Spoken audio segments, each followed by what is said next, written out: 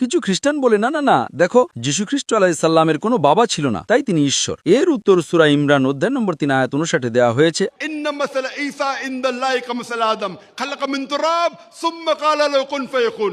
আল্লাহর কাছে যিশুর উপমা হলো আদম আলাইহিস সালামের মতো। তিনি তাকে মাটি থেকে সৃষ্টি করেছেন, বলেছেন হও, আর তা হয়ে গেল।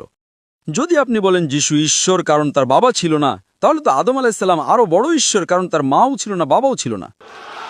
অনুগ্রহ করে মাফ করবেন, আমি খ্রিস্টান নই, কিন্তু আমি বলছি থামুন থামুন থামুন ভাই, আমি আপনার প্রশ্নের উত্তর দেওয়া শেষ করিনি। যদি আপনি একটা প্রশ্ন করেন তাহলে উত্তরের জন্য অপেক্ষা করা উচিত। আপনি একটা প্রশ্ন করেছেন, উত্তরের জন্য অপেক্ষা করেন, আমি উত্তর শেষ করার পর আপনি কথা বলতে পারেন, ঠিক আছে? আপনাকে নিয়মকানুন মেনে চলতে হবে, ঠিক আছে? দুঃখিত। তো যখন যীশুখ্রিস্ট আলাইহিস সালাম ঈশ্বরের ইচ্ছায় মৃতকে জীবন দিলেন, এটা একটা অলৌকিক ঘটনা ছিল। সেই ব্যক্তি 2 বার মারা যাবে। এবার নবী যিশু আলাইহিস সালামের প্রসঙ্গে আসি। আপনি ঠিকই বলেছেন, বাইবেলে যীশুখ্রিস্ট আলাইহিস সালামকে ক্রুশবিদ্ধ করার আগে তিনি ঘামছিলেন আর ঈশ্বরের কাছে প্রার্থনা করছিলেন আর বলছিলেন যে এই পেয়ালা কষ্ট আমার থেকে সরিয়ে দাও, তাই না? তিনি প্রার্থনা করলেন, তখন কি হলো? ঈশ্বর তাকে রক্ষা করলেন, ঈশ্বর তাকে বাঁচালেন। যিনি একজন সাধারণ মানুষের জন্য মৃতকে জীবন দিতে পারেন, আর যখন যিশু ঈশ্বরের কাছে কাঁদছেন, ঈশ্বরকে তাকে বাঁচাতে পারেন না?